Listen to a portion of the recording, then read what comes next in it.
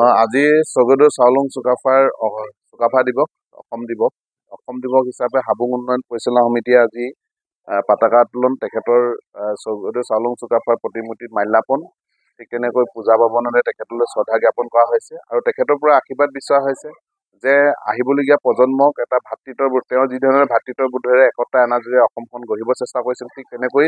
সকলোৱে একতা এনাজৰীৰে ভাতৃত্ববোধেৰে আমি লগ লাগি অসমত এটা শান্তি বাতাবৰণ তথা ঐক্যবদ্ধতা এটা চিন্তা চেতনা যাতে তেওঁলোকৰ মনত জাগ্ৰত হওক, তেনেকৈ স্বৰ্গদেউ চাওলুং চুকাফালৈ আমি পূজা অৰ্চনা কৰাৰ লগতে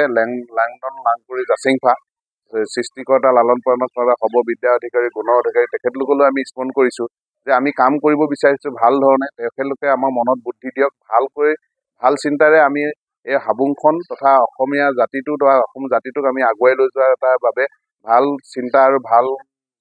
কাৰিকৰী দিশত যদি আমি আগবাঢ়িব পাৰোঁ, তাৰ বাবে তেখেতলোকৰ ওচৰৰ পৰা আমি আশীৰ্বাদ বিচাৰিছোঁ আৰু আহিবলগীয়া দিনত নতুন প্ৰজন্মক ইয়াৰ প্ৰতি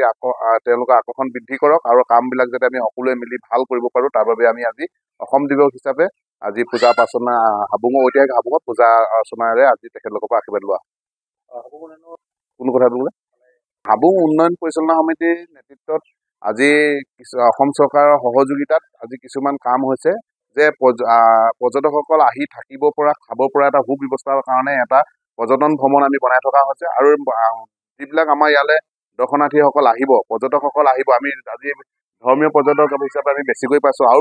দুদিনমানৰ পিছত আমি আৰু কিছুমান মানসিকভাৱে সামাজিক দায়বদ্ধ থকা পৰ্যটক আমি পাম। তেখেতলোকে ইয়াত যাতে চাৰিওফালে এটা শান্তি বাতাবৰণে ভাল ধৰণে আজি মৈদামলৈ যাব পৰা এটা পৰিৱেশ, ধৰি লওক আজি পুখুৰীলৈ যাব পৰা এটা পৰিৱেশ, আজি টাই মিউজিয়ামলৈ যাব পৰা এটা পৰিৱেশ, আজি